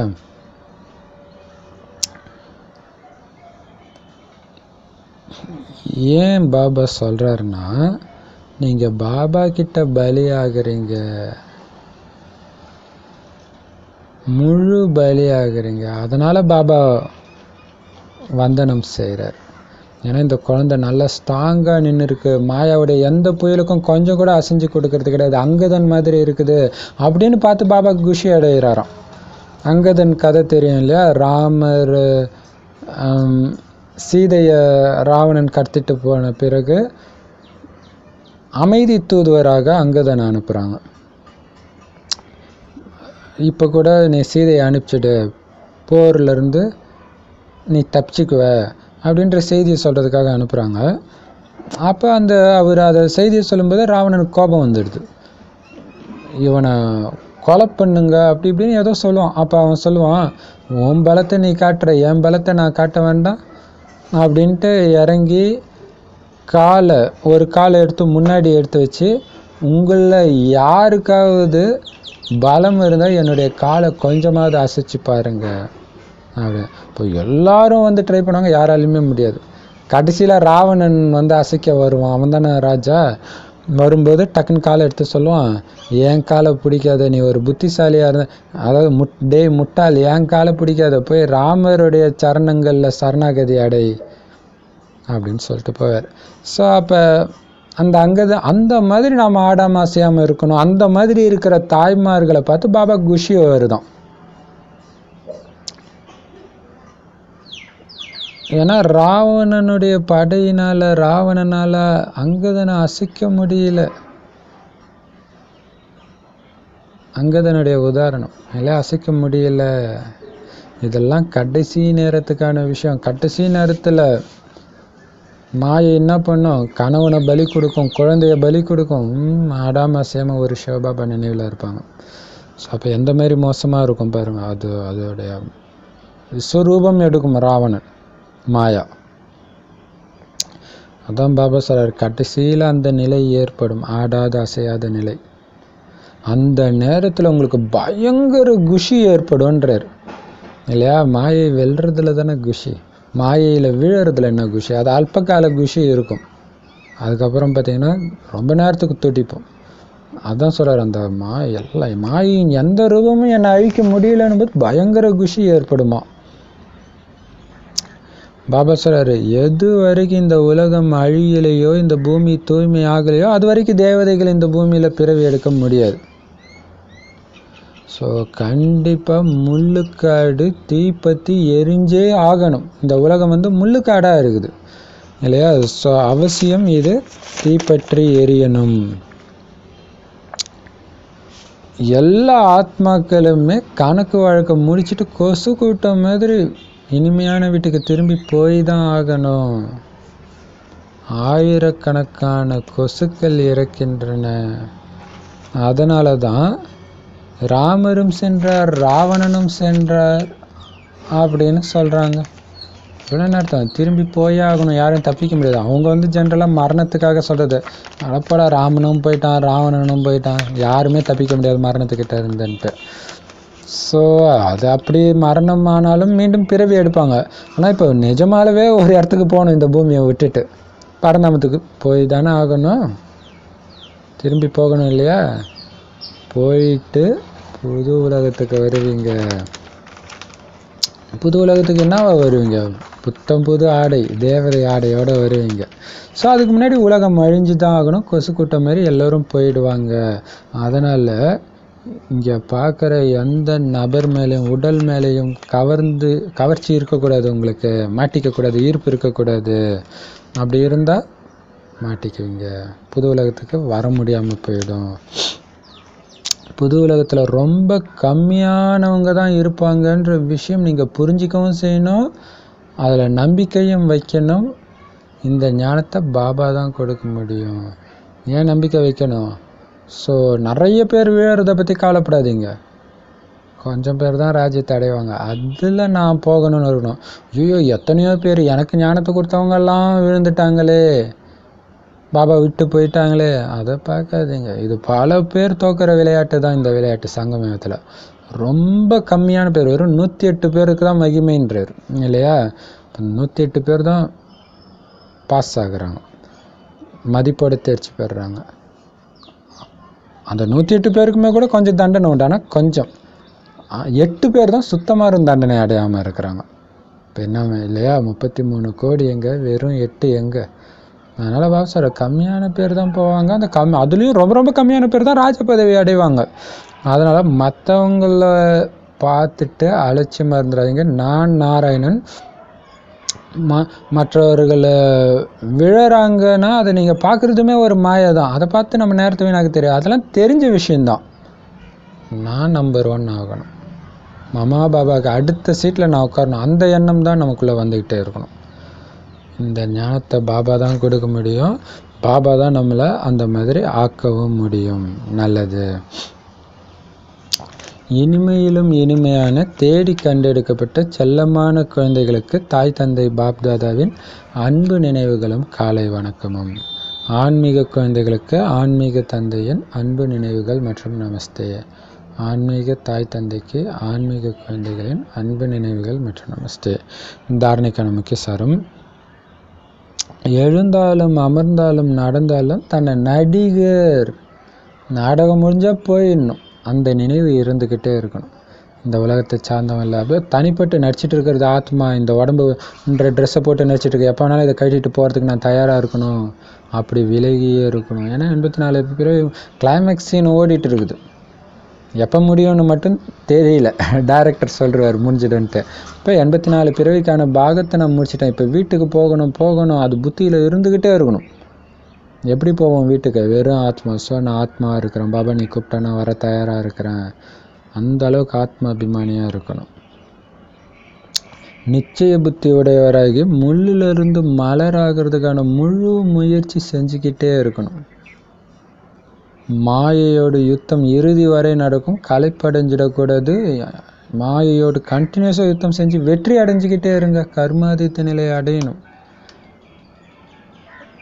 எவ்வளவு முடியுமோ நம்ம வீட்டை நினைவு செஞ்சுக்கிட்டாங்க, நான் அங்கே போகணும், அங்கே போகணும். எவ்வளோ அமைதியான இடம் இது, எவ்வளோ துக்கம் நிறைஞ்ச உலகம் இது. வேணாம். இப்போ நமக்கு ஒருத்தர் துக்கம் கொடுக்குறாங்க அப்படின்னா டக்குன்னு வீடு ஞாபகம் வந்துடணும், போயிடணும். ஐயோ இவங்க ஏன் கொடுக்குறாங்க, அதான் கொடுக்குறாங்களே, இங்கே ஏன் நிற்கிறாங்க, வா அப்படின்னு பாபா சொல்கிறாரு இல்லையா. அங்கே போயிடுங்க. குழந்தைங்க அப்படி தானே துக்கம் கொடுக்குறாங்கன்னா அவங்கக்கிட்ட இருக்காது, கொடுக்குன்னு அப்பா அம்மாட்ட ஓடிடும்ல, அது மாதிரி வீட்டுக்கு போயிடுங்க, அதுதான் சேஃப்டி. அப்போ தான் கர்மாதித்த நிலை அடைய முடியும். அப்போத்துலேருந்தே வீட்டுக்கு போகிற பழக்கம் இருந்தால் தான் கடைசியில் டக்குன்னு ஓடுறீங்க. பயங்கர குஷியாக இருக்கும்னாரு. அதை கேட்கும்போதே ரொம்ப குஷியாக இருக்கு இல்லையா. ஆடாத அசையாதவர்களாக ஆவீங்க, கடைசி நேரத்துக்கான விஷயம். அப்போ பயங்கர குஷி ஏற்படும்ன்றார். ஸோ தூய்மை ஆகிறதுக்காக உலக யுத்தம், உலக அழிவு எல்லாமே நடந்தே தான் தீரணும். ஆனால் புத்தி பாபா கிட்டே இருக்கணும். வரதானம்: தூய்மை என்ற பெருமிதத்தின் மூலம் சதா மகிழ்ச்சியாக இருக்கக்கூடிய புன்முறுவலுடனும் மகிழ்ச்சி நிறைந்த முகமுடையவராகவும் ஆகுங்கள். தூய்மை என்ற பெருமிதத்தின் மூலம் சதா மகிழ்ச்சியாக இருக்கக்கூடிய புன்முறுவலுடனும் மகிழ்ச்சி நிறைந்த முகமுடையவராகவும் ஆகுங்கள். அதுக்கு விளக்கம், இந்த வரதானத்துக்கு விளக்கம்: தூய்மையின் பெருமிதம் அப்படின்னா ராயலான அரசருக்குரிய தகுதியுடைய ஆத்மாக்கள் எப்பவுமே குஷியில் நடனமாடிக்கிட்டே இருப்பாங்களாம். அவங்களுடைய குஷி சில நேரங்களில் குறைவாகவும் சில நேரங்கள் அதிகமாகவும்லாம் இருக்காது. நாளுக்கு நாள் ஒவ்வொரு நேரத்திலும் குஷி அதிகரிச்சுக்கிட்டே இருக்கும். உள்ள ஒன்று வெளியில் ஒன்று அப்படி இருக்க மாட்டாங்க. உள்ளுணர்வுலையும் பார்வையிலும் வார்த்தையிலும் நடத்தையிலும் அனைத்திலுமே சத்தியம்தான் இருக்கும், அனைத்திலும் உண்மையாக தான் இருப்பாங்க. இப்படி சத்தியமான கௌரவம் மிக்க ஆத்மாக்கள் மனசிலும் பார்வையிலும் சதா மகிழ்ச்சியாக இருப்பாங்க. புன்முறுவல் தான் மகிழ்ச்சி நிறைந்த முகம், நிரந்தரமாக இருக்கும். ஸ்லோகன்: உலகில் அனைத்திலும் மேன்மையான பலம் எதுனா தூய்மையின் பலம். ஸோ தூய்மையை பற்றியே தான் வரதானம் ஸ்லோகன் ரெண்டுமே சொல்கிறாரு. பாபா சொல்கிறாரு, எந்த குழந்தை சம்பூர்ண தூய்மையாக இருக்குதோ அந்த குழந்தையுடைய அடையாளம் எப்படி இருக்குன்னா அதாவது தூய்மையின் பெருமிதம் எப்படி இருக்குன்னா, அந்த அரசருக்குரிய தகுதியுடைய ஆத்மாக்கள்னு அர்த்தம். தூய்மையான ஆத்மாக்கள்னா அரசர் ஆகிறதுக்கு தகுதியுடைய ஆத்மாக்கள் எப்படி இருப்பாங்க? சத்தியுகத்தில் அரசருக்கு தகுதியுடைய ஆத்மாக்கள்னா எப்பவுமே குஷியில் நடனமாடிட்டே இருப்பாங்களாம். உங்களுக்கு எங்கே பார்த்தாலும் பாபா பாபா பாபா அப்படி ஒரு பேரானந்தத்தில் இருப்பாங்களாம். அவங்களுடைய குஷி சில நேரம் கம்மியாகவும் சில நேரம் அதிகமாகலாம் இருக்காதான், எப்பயுமே ஒரே சீராக இருந்துக்கிட்டே இருக்குமா. ஒவ்வொரு விஷயத்திலும் ஒவ்வொரு நேரத்திலும் குஷி அதிகமாகிட்டே இருக்குமா. இது பாருங்க, அதாவது குஷி ஒரே சீராக கூட கிடையாது, நொடிக்கு நொடி அதிகமாக, கடந்த நொடியை விட இப்போ இன்னும் அதிகம், அப்படி அதிகமாகிட்டே இருக்குமா. அப்போ உள்ள ஒன்று புறம் ஒன்றாக அவங்க இருக்க மாட்டாங்க. உள்ளுக்குள்ள சோகமாகவும் வெளியில் மட்டும் குஷியாக இருக்க மாட்டாங்க. இல்லை, உள்ளே இருந்தே அவங்க குஷியில் டான்ஸ் ஆடிட்டு இருப்பாங்களாம் புத்தியினால்.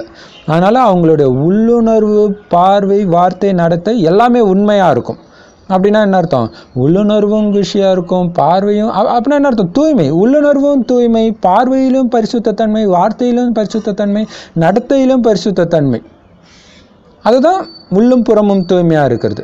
அதான் பாபா சொல்லிக்கல, அந்த மாதிரி பெண் குழந்தைகளுக்காக அவங்க குடும்பத்தை பார்த்துக்க நான் உதவி பண்ணுறேன், அவங்க சரீர நிர்வாகத்துக்குன்றாங்க. ஆனால் அந்த மாதிரி பெண் குழந்தைங்க சேவையில் பயங்கர ஆர்வம் மிக்கவர்களாக இருக்கணும், தெய்வீக குணங்கள் நிரம்பியவர்களாக இருக்கணும், உள்ளும் புறமும் தூய்மையாக இருக்கணும். ஸோ அந்த மாதிரி தூய்மையான குழந்தைங்களாக இருப்பாங்களாம். அதாவது உள்ள ஒன்று வச்சுட்டு வெளியே ஒன்று பேசுறது அப்படி இருக்காதான். அவங்க பார்வையிலும் தூய்மை தான் இருக்கும், உள்ளுணர்வுலையும் தூய்மை தான் இருக்கும். எவ்வளோ பெரிய விஷயம். அப்படின்னா என்ன அர்த்தம்? உள்ளேயே அவங்க ஆத்மா, இந்த ஆத்மா எவ்வளோ நல்ல குணம் இருக்குது, இந்த ஆத்மா தேவதையாகணும், அந்த மாதிரி தான் இருக்கும். சேச்சா இந்த ஆத்மாவோட நான் பெரிய சீனியர், நான் பெரிய ஆளாகணும், அந்த மாதிரி எண்ணம் வந்துடாது. அப்படி வந்தால் அவங்க குஷியாக இருக்க மாட்டாங்க. இப்போ பாபா சொல்கிறாரு, ஸோ பார்வை, வார்த்தை, நடத்தை எல்லாத்துலேயும் சத்தியம்தான் இருக்கும், உண்மையாக தான் நடந்துக்குவாங்க. அந்த மாதிரி சத்தியமான கௌரவம் நிறைந்த ஆத்மாக்கள் மனதிலையும் மகிழ்ச்சியாக தான் இருப்பாங்க, பார்வையிலையும் சதா மகிழ்ச்சியாக தான் இருப்பாங்க. அவங்க பார்வை பட்டாலே நமக்கு குஷி ஆகிடும் இல்லையா. ஸோ அந்த மாதிரி ஆத்மாக்கள் எப்போவுமே புன்முறுவல், அந்த முகமே சிரிச்ச முகத்தின் மூலமாக பாபா வெளிப்படுத்துறதுன்னுவாங்களே, அந்த மாதிரி அந்த புன்முறுவல் நிறைந்த மகிழ்ச்சி நிறைந்த முகம் நிரந்தரமாக அவங்களுக்கு இருக்கும். அதுக்கெல்லாம் அடிப்படை என்ன? தூய்மை. எண்ணத்தில் கூட விகார எண்ணங்கள், வீண் எண்ணங்கள், எதிர்மறை எண்ணங்கள் எதுவுமே இல்லாமல் இருக்குது. அப்படியே பரிசுத்தமாக பாபா என்ன சொல்கிறார், அந்த மாதிரி இருக்கிற குழந்தை. ஸ்லோகன் சொல்கிறாரு, இந்த உலகம் நரகத்தையே சொர்க்கமாக மாற்றுற பலம், இந்த சொர்க்கத்தின் ராஜாவை ஆக்கிற பலம் எது தெரியுமா? உயர்ந்த பலம் தூய்மையின் பலம். கடைசியில் எல்லாம் வல்லரசு நாடெல்லாம் சாதிக்க முடியாத அந்த சொர்க்கத்தை அடையிற தன்மை உங்களுக்கு வந்ததுக்கு அடிப்படை ஆதாரம் என்னது? தூய்மையின் பலம். ஸோ அதனால் எந்த காரணத்தை கொண்டும் தூய்மையை இழந்துடாதீங்க. இழக்கணுன்ற எண்ணம் கூட வரவிடக்கூடாது.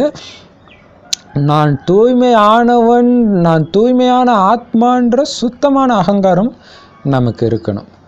ஓம் Shanti. Thank you Bap Dada. Love you Bap Dada.